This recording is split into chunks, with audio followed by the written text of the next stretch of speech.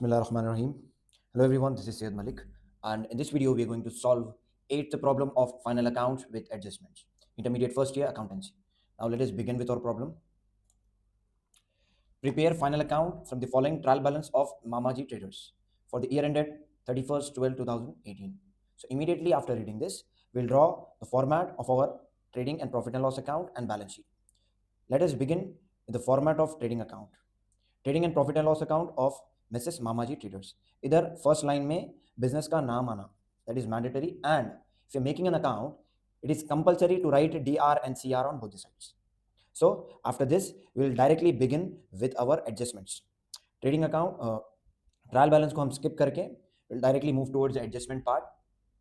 अब एडजस्टमेंट पढ़ते कि एक रूल क्लिक होना एडजस्टमेंट का. What is that rule? Every item of adjustment must appear twice. So let us read and understand these adjustment in details. Opening stock को दो बार दिखाना रहता है आपको, दो बार लिखना है.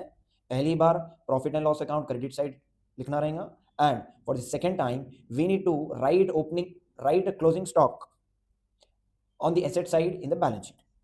Then after that, outstanding stationery. Outstanding means बाकी है, stationery is our expenditure. It is clearly mentioned that we have not paid our expenditure. हम हमारा एक्सपेंडिचर पे नहीं करें, so this is our responsibility to pay. तो इसको करते क्या आप? ये पढ़ते कि immediately what we need to do, we need to search for stationery in our trial balance. Trial balance में डेबिट साइड एक्सपेंडिचर मिलता है हमको, and we need to search for stationery here. Printing and stationery है तो stationery के बाजू एक marking दे देते हैं, हम एक डॉट लगाते हैं, राइट. हर एडजस्टमेंट के लिए एक डॉट लगाना मैंडेटरी है if that item is present in our trial balance, right. So stationery के बाजू एक डॉट लगाया आप. Now let us understand the treatment. पहली बार हम आउटस्टैंडिंग स्टेशनरी को स्टेशनरी में ऐड करते हैं, right, and we will write stationery on the debit side of profit and loss account. फिर दूसरी बार क्या करना है हमको? For the second time we need to show outstanding stationery as a liability in our balance sheet. पहली बार stationery में ऐड करो, दूसरी बार बैलेंस शीट में liability side outstanding stationery show करो. Then after that the next adjustment is depreciation on buildings. Immediately ये पढ़ते कि हम पहले क्या कर रहे हैं, we will identify where is building in our trial balance. Last item है, बिल्डिंग्स के बाजू डॉट लगाओ, एक हम एडजस्टमेंट की मार्किंग कर रहे हैं. सो बिल्डिंग्स के बाजू एक मार्किंग देना जरूरी है. Then after that we will understand this. पहली बार डिप्रिसिएशन ऑन बिल्डिंग्स को किधर शो करना है हमको? On the debit side of profit and loss account. Why? Because depreciation is loss, और हर लॉस को हम profit and loss account debit side show करते हैं. So for the first time, profit and loss account debit side depreciation on buildings लिखना है, and for the second time we need to deduct, subtract करो क्या? depreciation का amount किस में से subtract करना है? buildings में से. So on the in our balance sheet on the asset side we need to deduct the depreciation amount from the buildings. Then after that, bad debts. What is this? हम जिसको उधार पे बेचे थे, ठीक है, वो हमारे डेटार्स हैं, और डेटार्स हमारे पैसे डुबा दिए. These are nothing but bad debts. पैसे डूब गए हमारे, तो हमारे लिए नुकसान है. तो हर नुकसान profit and loss account debit side record करते हैं. पहली बार profit and loss account debit side record करना है, और दूसरी बार बैलेंस शीट में एसेट साइड डेटार्स में से बैड डेट्स माइनस करना है हमारा, that is 500. So immediately after reading this we will search debtors and we will do a marking. Debtors के बाजू एक डॉट लगाओ, 12,500 डॉट लगाना है, right. Dot is an identification of adjustment. अगर एक डॉट रहा तो there is only one adjustment, अगर दो डॉट रहे तो दो एडजस्टमेंट है. The next adjustment is create 5% provision for bad debts. What is this? This is RBD, और आरबीडी हम हमेशा डेटार्स पे कैलकुलेट करते हैं. So immediately after reading this we will go towards the debtor in our trial balance. Trial balance में debtors के बाजू और एक डॉट लगाना है, right. Dot is an identification of adjustment. तो दो डॉट दिखे तो दैट मीन्स डेटार्स के ऊपर दो एडजस्टमेंट्स है. Now let us understand how we need to calculate our RBD. इसके लिए एक फॉर्मूला है. पहले डेटार्स की वैल्यू लिखना है आपको, जो कि 12,500 है as per our question, minus new bad debts. अब what are new bad debts? The bad debts which are appearing in adjustments. जो बैड डेट्स आपको एडजस्टमेंट में दिखेंगे वो न्यू बैड डेट्स है. डेटार्स में से न्यू बैड डेट्स माइनस करो, उसके बाद जो भी आरबीडी का रेट रहेगा उससे इंटू कर डालो. So what is the rate of RBD? 5%. So 12,500 minus 500 करे तो कितना आ रहा? 12,000 वैल्यू आ रही, into what is the rate of RBD? 5%. So 12,000 into 5%। अब ये 600 कैसा है हम समझेंगे। It is very simple and easy. पहले 10% की वैल्यू मालूम करो, जो कि एक जीरो हटा दिया तो मालूम हो जाता। That is 1200। 12,000 में से एक जीरो जब आप हटा देंगे तो 1200 वैल्यू आती। ये 10% की वैल्यू है। अब इसको आधा कर डालो, 1200 को अगर आप आधा करेंगे तो that is 600, 600। So this 600 is a value of 5%, right. तो पहली बार आरबीडी को profit and loss account debit side दिखाना है आपको, और दूसरी बार बैलेंस शीट में एसेट साइड डेटार्स की वैल्यू में से लेस करना है। Only after deducting new bad dates, सिर्फ और सिर्फ न्यू बैड डेट्स माइनस करने के बाद आप आरबीडी माइनस कर सकते हैं। Now let us move towards the next adjustment, that is prepaid wages. अब प्रीपेड का मतलब क्या है, पहले से हम पे करता रहे। Expenditure paid in advance must be consider as our asset. हर एक्सपेंडिचर जो आप एडवांस में पे करते हैं वो आपका एसेट रहता।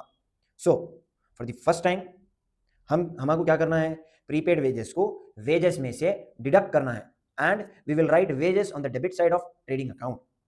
पहली बार ट्रेडिंग अकाउंट में डेबिट साइड वेजेस में से माइनस करो, और दूसरी बार balance sheet asset side show करो, राइट।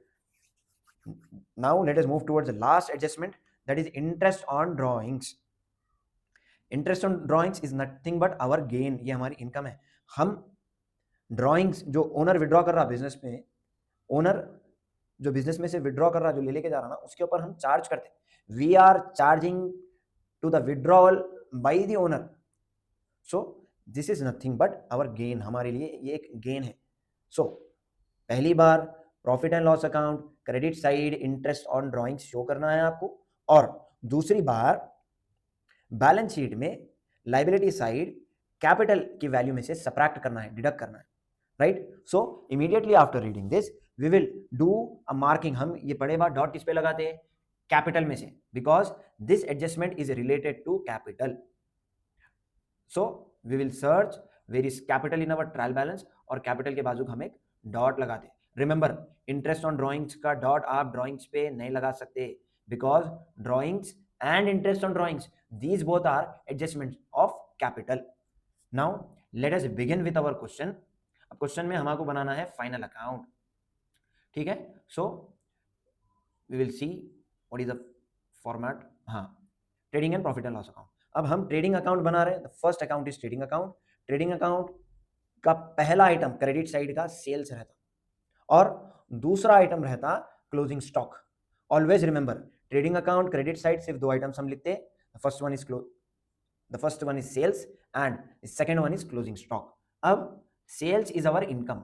अगर इनकम को सर्च करना है, we will search on the credit side of our trial balance sales, that is 18,000।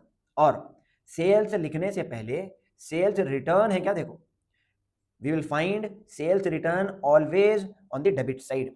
अब देखो द डेबिट साइड क्या है, sales return that is 500। Debit balance में जो रिटर्न दिखेगा वो सेल्स रिटर्न रहेगा हमेशा। So what will do, we will write the value of sales in the inner column,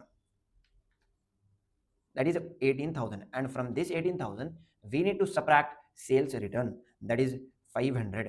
अब जब हम sales return minus करेंगे, so what will be the actual value, that is 17,500. and after this the last item is closing stock. So closing stock, where do we find closing stock in our adjustment में closing stock कितना दे रहा हमको, 2,500 is the value of closing stock. So directly we will write closing stock, that is 2,500.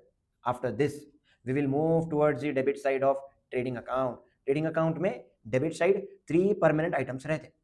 number 1 opening stock, number 2 purchases, number 3 wages. now what we will do, we will search for these 3 items in our question, ठीक है। now let us see. yes, purchases मिल गया, that is 12,000, and from this purchases we need to deduct purchase return, that is 800. then after that where is opening stock, opening stock is here 3,500. then after that wages, where is wages is here 3,000. so what we'll do, we will write these 3 items in a sequential order. पहले क्या था, opening stock, so the value of opening stock is 3,500. then after that we'll write purchases, वो भी inner column में लिखना है, and from this purchases we need to deduct purchase return, that is 800. so the value of net purchases will be 11,200. then after that we will write wages. wages कितना था, 3000. अब मैं wages की value inner column में लिया.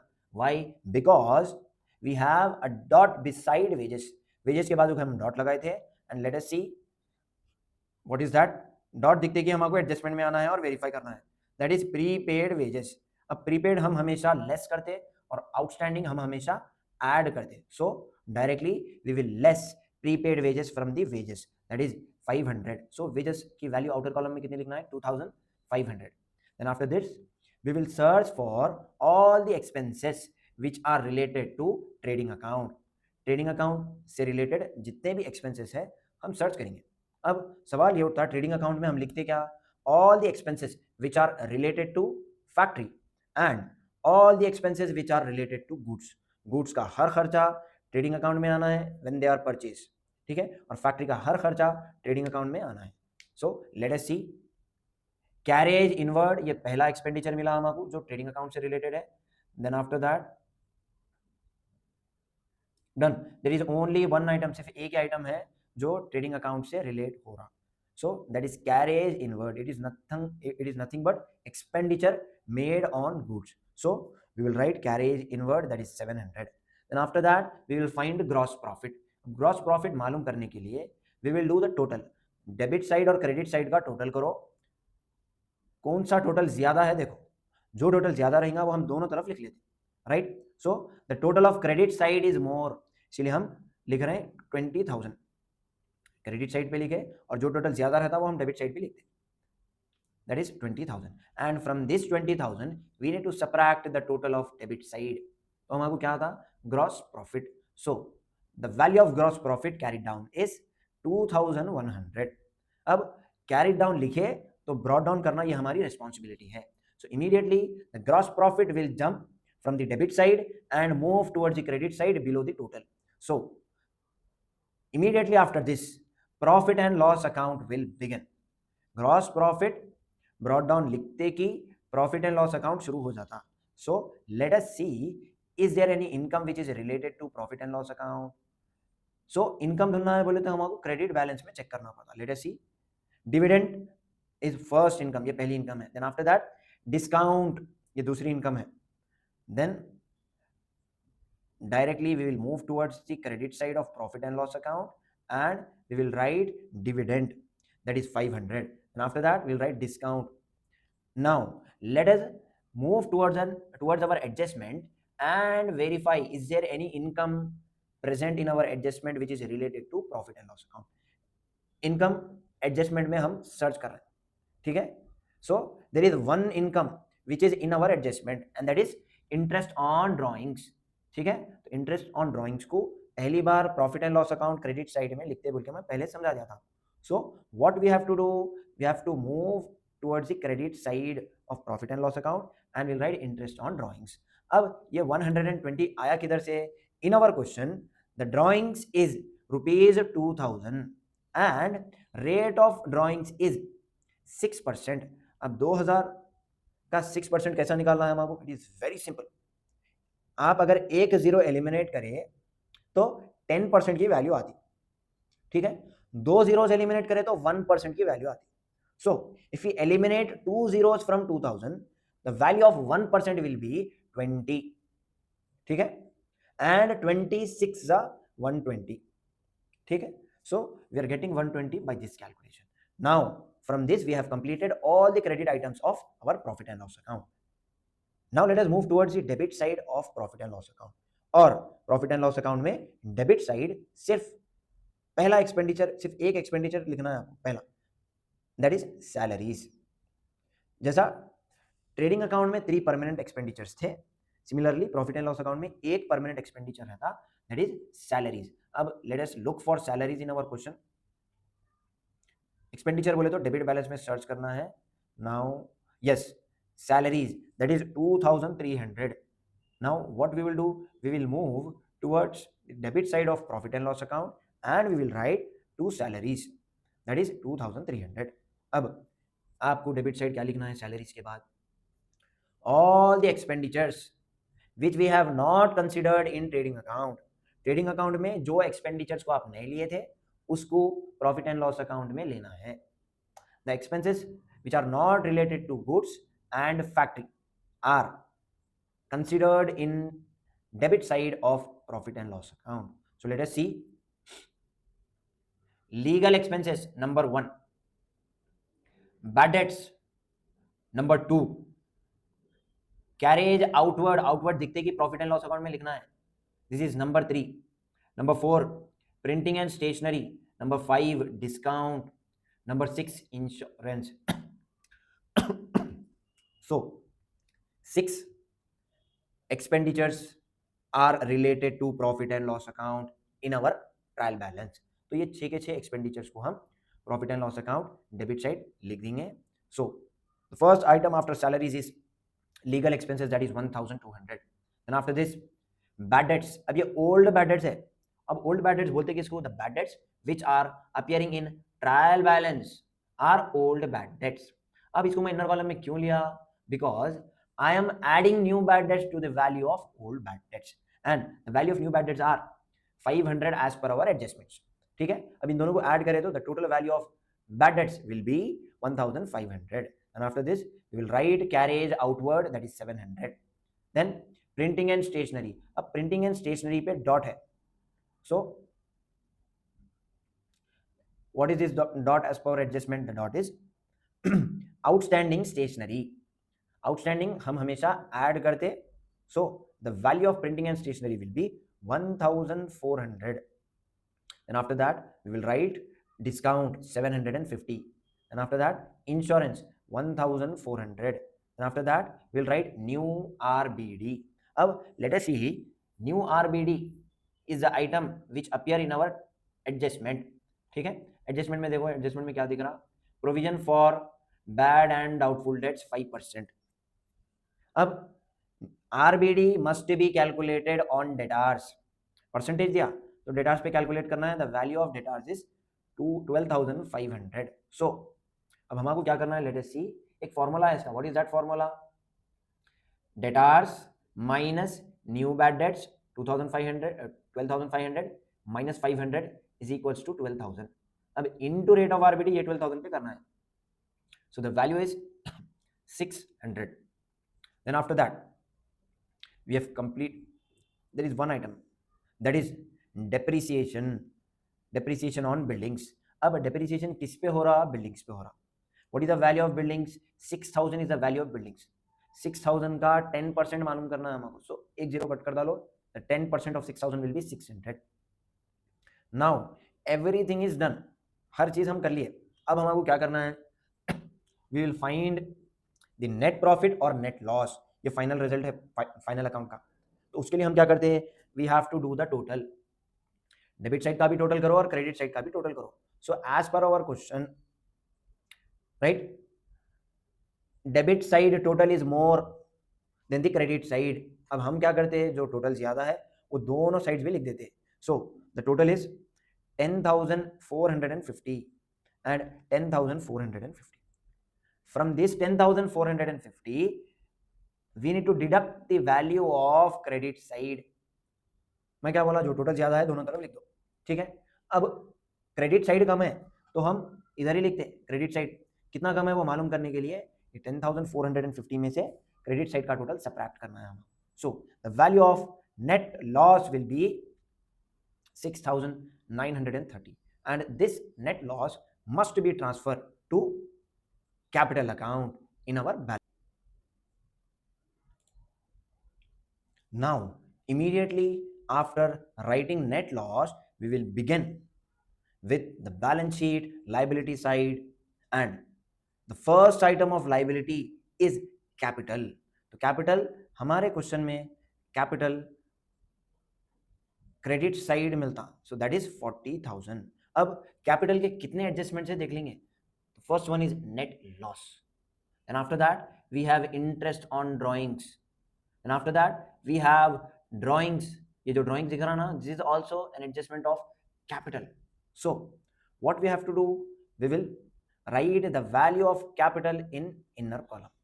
ठीक है, so the value of capital is 40,000 and from this 40,000 we need to subtract net loss, that is 6,930. तो आंसर क्या था?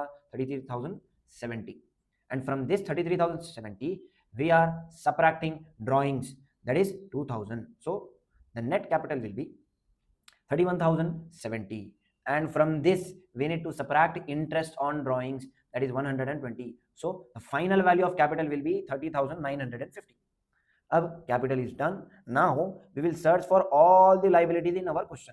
अब लाइबिलिटी हमको क्वेश्चन में मिलेंगे किधर? Credit side and on adjustments. Credit side भी मिलती है और एडजस्टमेंट भी मिलती है.